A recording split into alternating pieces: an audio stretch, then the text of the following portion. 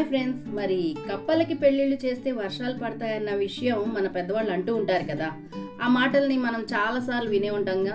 దేశంలో వాతావరణ పరిస్థితులు అయితే ఇప్పుడు చెప్పుకోదగ్గ అయితే గొప్పగా లేవు. ఎందుకంటే కొన్ని ప్రాంతాల్లో వర్షాలు పడుతుంటే ఇంకొన్ని ప్రాంతాల్లో ఎండలు దంచి కొడుతున్నాయి అన్నమాట.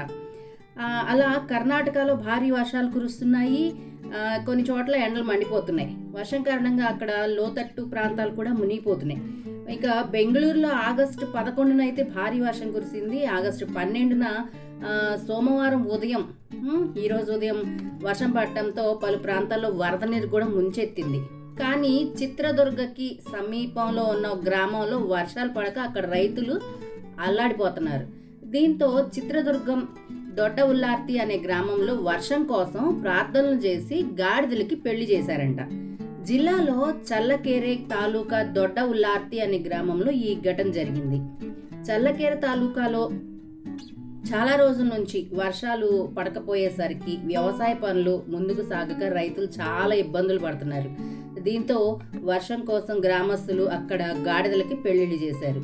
ఒక గాడిదకు సాంప్రదాయబద్ధంగా వివాహం చేసి వర్షం కోసం అక్కడ వాళ్ళు ప్రార్థిస్తారంట. ఇది ఇక్కడ పురాతనమైన ఆచారంగా గ్రామస్తులు చెప్తున్నారు.